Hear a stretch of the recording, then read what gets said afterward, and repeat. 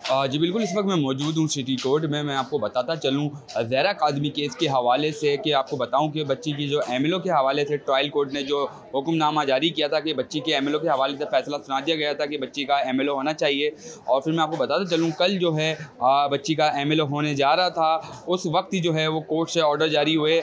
मुलजिम ज़हीर और शब्बीर के जो वकील हैं उनकी जानिब से दरख्वास्त जारी की गई, तो बच्ची के जो है एमएलओ को जो है कल रोक दिया गया है और जो है 14 सितंबर की जो है वो डेट दे दी गई थी। तो आज मैं आपको बताता चलूँ हाई कोर्ट के अंदर जो है जिब्रान नासिर साहब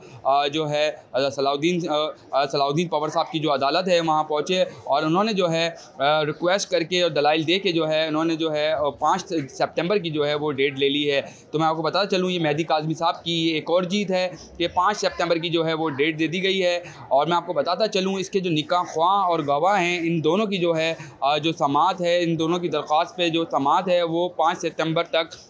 चली गई है और 5 सितंबर मंडे को जो है इस पे से हाई कोर्ट पे जो है वो फैसला सुनाया जाएगा। अगर मैं बात करूँ इस वक्त सिटी कोर्ट की, तो मुलजिम ज़हीर और शब्बीर की जो अबूरी जो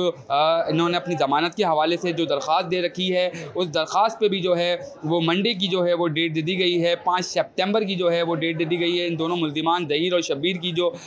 ज़मानत के हवाले से इन्होंने दरख्वास्त दी है उसकी भी जो है समाअत जो है इलियास मेमन साहब की अदालत में ट्रायल कोर्ट में जो है वो मंडे को सुनाई जाएगी। तो ये जितनी भी अहम पेशरफ्त हुई हैं उससे मैंने आपको अपडेट किया और इंतहाई अहम दिन है 5 सितंबर सिंध हाई कोर्ट में और सिटी कोर्ट के लिए। सिटी कोर्ट में जो है इन दोनों ने मुलजिमान ने जो है अपनी ज़मानत के हवाले से जो है वो दरख्वास्त दी और हाई कोर्ट में बच्ची के एमएलओ के हवाले से जो है वो अहम फैसला होना है। जी।